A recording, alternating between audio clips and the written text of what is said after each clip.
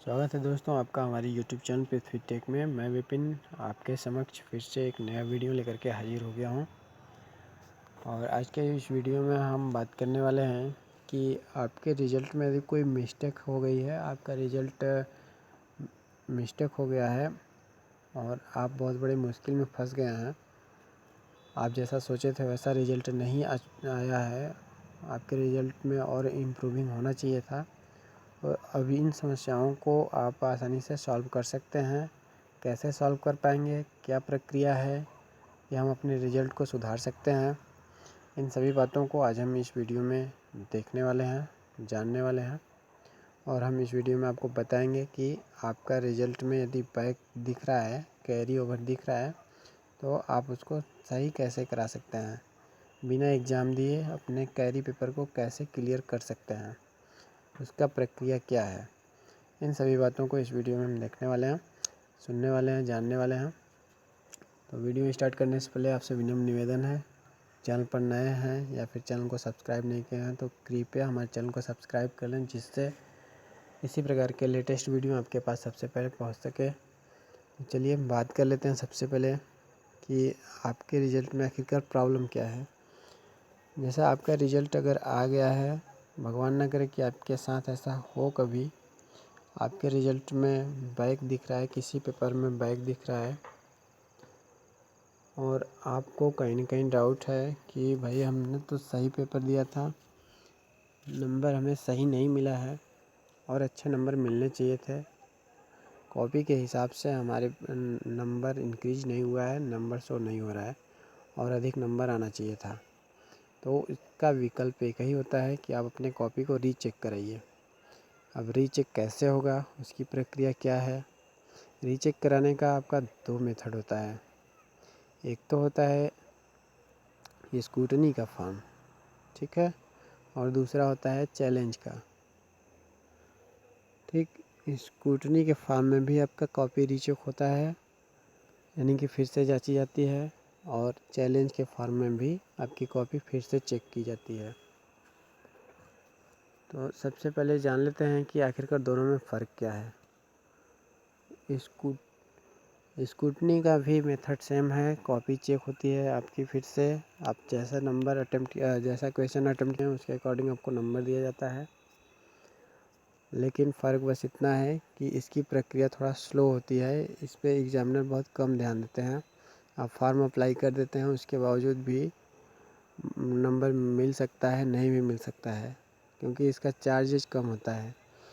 एक स्क्रूटनी एक पेपर का आपका चार्ज होता है 1000 रुपये, 1000 रुपये एक पेपर का चार्ज होता है स्क्रूटनी का। अब बात करते हैं चैलेंज का, ठीक है। तो चैलेंज फॉर्म बहुत ही स्ट्रांग होता है, इसकी प्रक्रिया बहुत ही फास्ट होती है, इससे बहुत जल्द कार्रवाई की जाती है। पिछले कुछ सेशन से इसका चार्ज जो है कम हो गया है। पहले 5000 पर पेपर इसका चार्ज था, लेकिन अब इसका जो चार्ज है वो घट करके 2500 रुपये पर पेपर हो गया है। यानी चैलेंज के फॉर्म का जो चार्ज है 5000 से 2500 रुपये पर पेपर हो गया है। तो इसका चार्ज बहुत कम हो गया है। 2500 रुपये का फॉर्म आप अप्लाई करेंगे चैलेंज का एक पेपर का, तो आपका कॉपी रीचेक हो जाएगा, आपके पेपर में जो बैक लगा है वो सही हो जाएगा।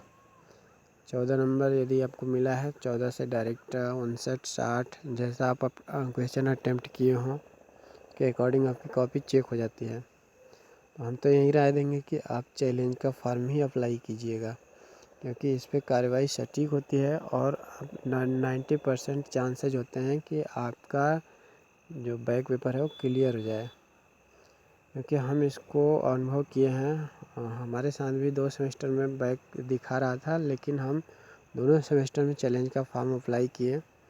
और आपको हम बताना चाहेंगे कि हमारे जो जिस सब्जेक्ट में बैक लगा था उसमें 13 नंबर था, मात्र 13 या 14 नंबर बढ़ करके 65 नंबर हो गया। और दूसरे सेमेस्टर में 14 नंबर था और बढ़ करके 55 नंबर हो गया। तो इससे हम अनुभव किए हैं कि हम जितना कॉपी में क्वेश्चन अटेम्प्ट किए थे, हमारा जो क्वेश्चन सही था उसके अकॉर्डिंग हमको नंबर मिला। चैलेंज का फॉर्म अप्लाई करने के बाद।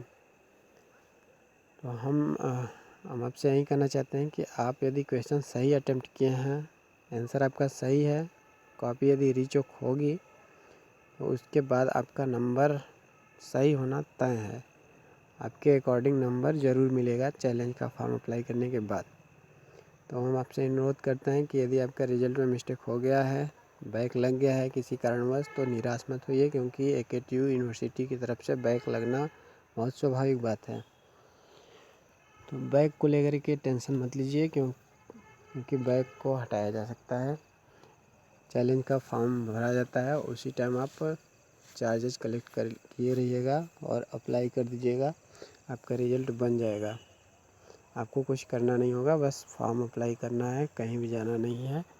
अपने आप आपका रिज़ल्ट संशोधित होकर के अपडेट हो जाएगा।